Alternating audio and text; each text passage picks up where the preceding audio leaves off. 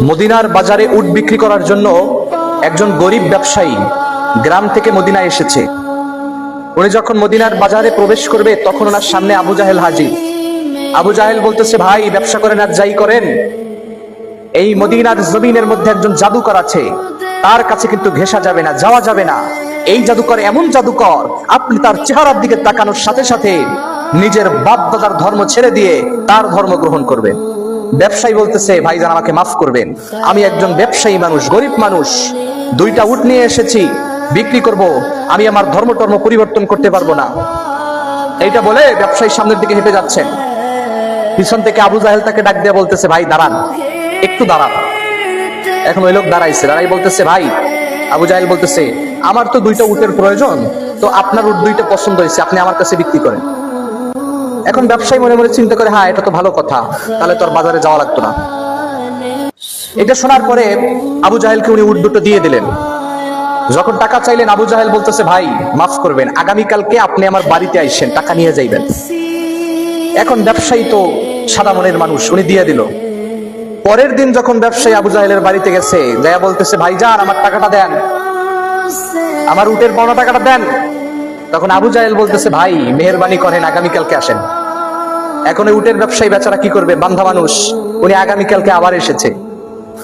তো আবু জাহেল তো বাটপার, ওই বলতেছে, ভাই আপনি আগামীকালকে আইসেন। এখন এই উটের ব্যবসায়ী বুঝতে পারছে যে আবু জাহেল হচ্ছে টাটকা বাটপার, এর মতো বাটপার আর মদিনার জমিনের মধ্যে নাই। এখন উনি কি করবেন, এদিক সেদিক নরবরে অবস্থায় ঘোরাফেরা করতেছে। একজনকে জিজ্ঞেস করলো, ভাই আপনাদের মদিনার জমিনের মধ্যে কোনো সালিশ ব্যবস্থা করে এরকম কোন গুণী জ্ঞানী নেতা খেতা মানুষ নাই? একজন বলতেছে, হ্যাঁ ওই যে বটগাছের নিচে দুইজন বসে রয়েছে, ওনাদের কাছে গেলেন। ওনারা হচ্ছে, একজন হচ্ছে উতবা আর একজন হচ্ছে আবুল আহাব। ওনাদের কাছে গেলেন, যাই বলতেছে, ভাই এই অবস্থা, একজনকে আমি উট বিক্রি করেছি, সে আমার টাকা দিতেছে না।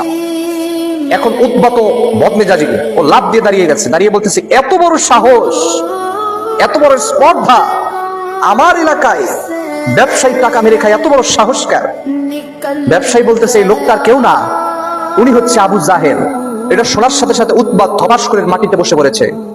আর উনি ব্যবসায়ীকে বলতেছে, ভাই আমরা এটা পারবো না, কারণ আমরা যেই লেভেলের নেতা, আমাদের চেয়েও বড় লেভেলের নেতা হয়েছে আবু জাহেল, এই কাজে আমরা এটা পারবো না, আপনি চলে যান।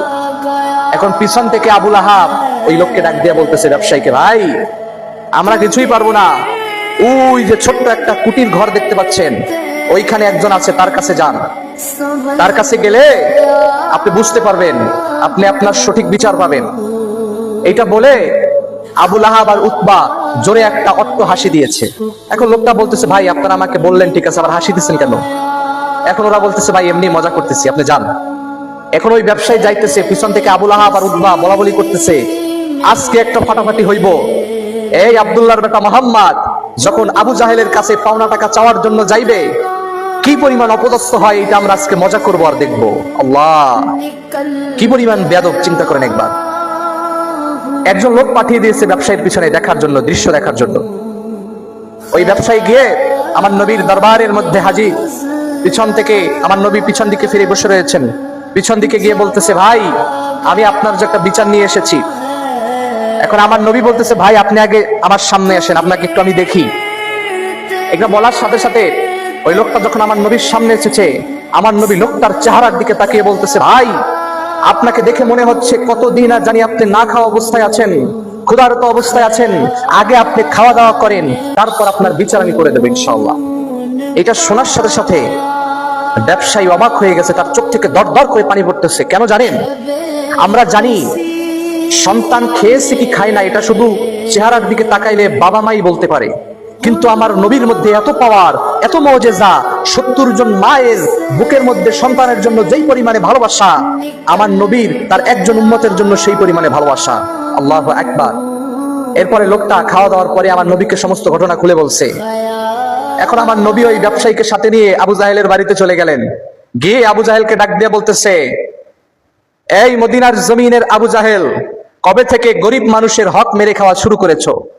এটা বলার সাথে সাথে আবু জাহেল লাফ দিয়ে ঘর থেকে বেরোয় গেছে।